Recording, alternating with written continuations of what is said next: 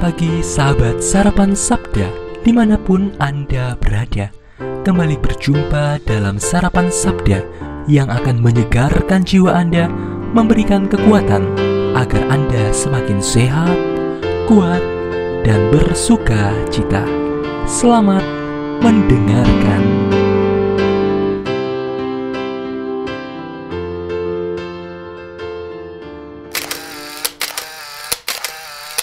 Halo sahabat Sarapan Sabda dimanapun Anda berada. Apa kabar kalian semua hari ini? Semoga kalian berada dalam keadaan sehat, bahagia, dan sukacita. Hari ini kita kembali berjumpa pada hari Rabu 5 Mei 2021. Kita berada dalam hari biasa pekan kelima Paskah. Hari ini kita akan merenungkan bacaan Injil Tuhan yang diambil dari Yohanes 15 ayat 1 sampai dengan 8. Tetapi sebelumnya marilah kita siapkan hati kita dengan terlebih dahulu berdoa. Dalam nama Bapa dan Putra dan Roh Kudus. Amin. Allah Bapa, pokok anggur kehidupan kami bersyukur atas segala rahmat yang masih Engkau berikan kepada kami, rahmat kehidupan, rahmat kekuatan, rahmat kesehatan yang boleh kami peroleh. Hari ini kami hendak merenungkan sabda-Mu, di mana kami yakin bahwa Engkaulah sungguh-sungguh pokok anggur kehidupan kami, dan kami sebagai ranting-ranting-Mu tidak dapat hidup terpisah dari-Mu. Kami mohon, bukalah hati dan pikiran kami untuk merenungkan sabda-Mu, sehingga boleh menjadi bekal dan sarapan hari ini dalam mengarungi kehidupan kami sepanjang hari ini. Demi Kristus Tuhan dan pengantara kami. Amin. Inilah Injil suci Tuhan kita Yesus Kristus menurut Yohanes. Dimuliakanlah Tuhan.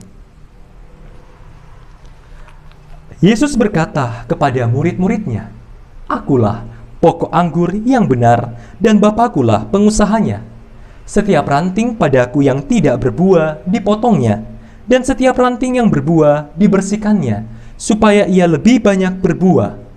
Kamu memang sudah bersih karena firman yang telah kukatakan kepadamu. Tinggallah di dalam aku dan aku di dalam kamu. Sama seperti ranting tidak dapat berbuah dari dirinya sendiri kalau ia tidak tinggal pada pokok anggur, demikian juga kamu tidak berbuah jikalau kamu tidak tinggal di dalam aku. Akulah pokok anggur dan kamulah ranting-rantingnya. Barang siapa tinggal di dalam aku dan aku di dalam dia, ia berbuah banyak. Sebab di luar aku, kamu tidak dapat berbuat apa-apa. Barang siapa tidak tinggal di dalam aku, ia dibuang keluar, seperti ranting dan menjadi kering. Kemudian dikumpulkan orang dan dicampakkan ke dalam api, lalu dibakar. Jikalau kamu tinggal di dalam aku dan firmanku tinggal di dalam kamu, mintalah apa saja yang kamu kehendaki, dan kamu akan menerimanya. Dalam hal inilah Bapa-Ku dipermuliakan, yaitu jika kamu berbuah banyak, dan dengan demikian kamu adalah murid-murid-Ku." Demikianlah Injil Tuhan. Terpujilah Kristus. Sahabat Sarapan Sabda, apakah Anda pernah memiliki pengalaman ketika melihat ranting-ranting dedaunan yang jatuh? Tentu ketika ranting-ranting itu jatuh, kemudian akan dibersihkan, dikumpulkan, ditaruh di satu tempat, lalu dibakar. Karena pada dasarnya ranting-ranting itu sudah tidak ada gunanya lagi, selain dibakar, dikumpulkan.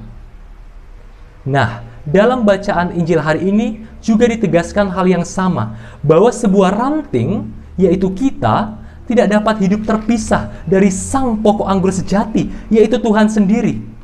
Yesus mengatakan bahwa akulah pokok anggur, kamulah ranting-rantingnya.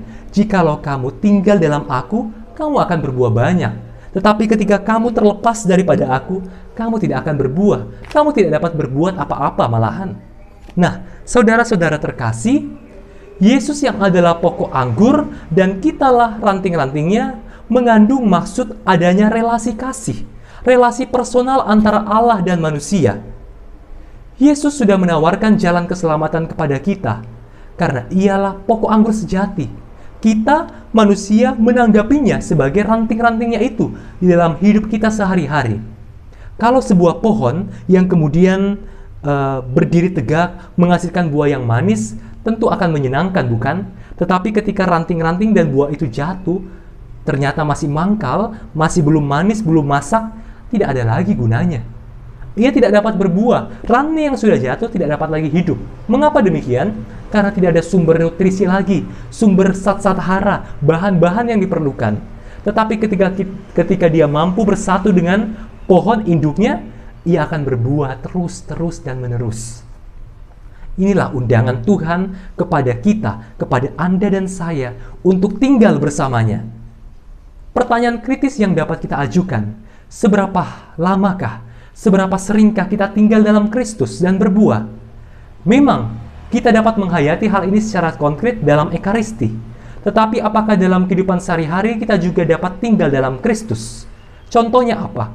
Ketika kita bangun pagi, apakah kita langsung loncat, bergegas untuk mandi, ataukah kita duduk sejenak? Tuhan, terima kasih atas kehidupan hari ini yang Engkau berikan kepada aku, nafas udara segar yang boleh aku hirup. Dan setelah kita melaksanakan seluruh kegiatan kita, menutup seluruh hari, apakah kita langsung berbaring di tempat tidur saking lelahnya, saking penatnya raga ini? Ataukah kita masih sempat bersyukur, Tuhan, terima kasih atas hidup hari ini yang boleh aku alami, kesempatan bertemu dengan orang-orang di sekitarku, kesempatan kesuksesan yang boleh aku raih, dan juga kegagalan yang membuatku belajar. Ada relasi kasih di dalam setiap doa yang kita lakukan, bahwa kita tinggal bersama Kristus. Dan Allah sendiri, Yesus sendiri menjanjikan bahwa ketika kita tinggal di dalam Dia, kita justru akan berbuah, kita tidak akan mati. Tetapi ketika kita lepas dari Yesus, kita meninggalkan Dia, kita melupakan Dia dengan segala urusan duniawi kita, maka yakinlah, hidup Anda justru akan menjadi kering, seperti ranting-ranting yang kering itu tidak berbuah. Bukankah Anda sering merasakan juga, dan saya sendiri sering merasakan kekeringan itu? Mudah-mudahan itu adalah pertanda baik bahwa kita perlu waktu yang lebih banyak bersama dengan Tuhan. Hadirlah bersama Tuhan. Tuhan menunggumu, menunggu kita semua untuk hadir di hadapannya, mengakui kelemahan kita bahwa kita membutuhkan pokok anggur yang sejati itu. Semoga Tuhan memberkati permenungan kita hari ini, menjadi sarapan, menjadi bekal sabda kita, mengarungi hidup duniawi kita. Semoga Tuhan memberkati kita, kini dan sepanjang segala masa. Amin. Matur nuwun, berkah, damai. Demikianlah sarapan sabda hari ini. Semoga dapat menjadi bekal bagi permenungan Anda.